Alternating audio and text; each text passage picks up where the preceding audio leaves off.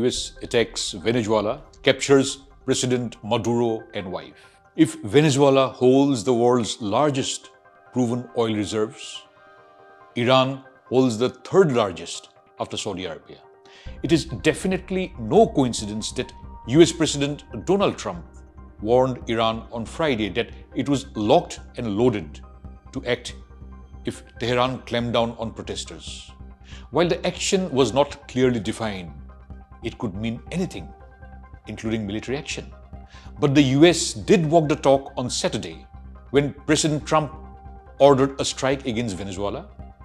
And after the strike, Trump took to social media with a stunning post, and I quote, "The United States of America has successfully carried out a large-scale strike against Venezuela, and its leader, President Nicolas Maduro, who has been, along with his wife, captured and flown out of the country.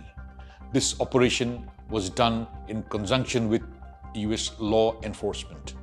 Details to follow," in his trademark style. It is clear that the US has energy interest in mind when it takes positions against Venezuela and Iran. While Venezuelan oil is very heavy with hydrocarbons, it is a prime source for diesel on which the world economy runs. The American aim is clear: to establish its oil monopoly in Venezuela.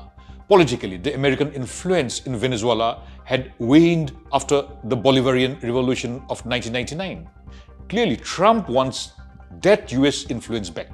Secondly, the Trump-led US strategy is to carve out its own sphere of influence in the Western Hemisphere as part of the Monroe Doctrine. The Monroe Doctrine declared the Western Hemisphere to be off-limits for any other power. Any act otherwise would be seen as hostile. Articulated and espoused by US President James Monroe in 1823, it became a cornerstone of US foreign policy.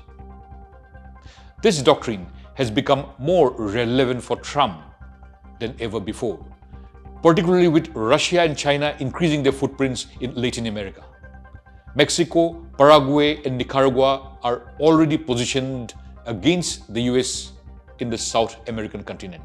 Thirdly, it is interesting to see that Trump has been vacillating on the Ukraine question. Seemingly, there is a strategy at work here.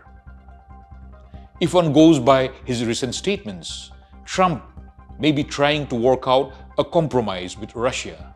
It may be indicating to Russia, and I conjecture, that Washington may recognize the Caucasus and Ukraine to be areas under Russian sphere of influence if Moscow recognizes the Western Hemisphere as part of the American sphere of influence. Again, the Monroe Doctrine at work.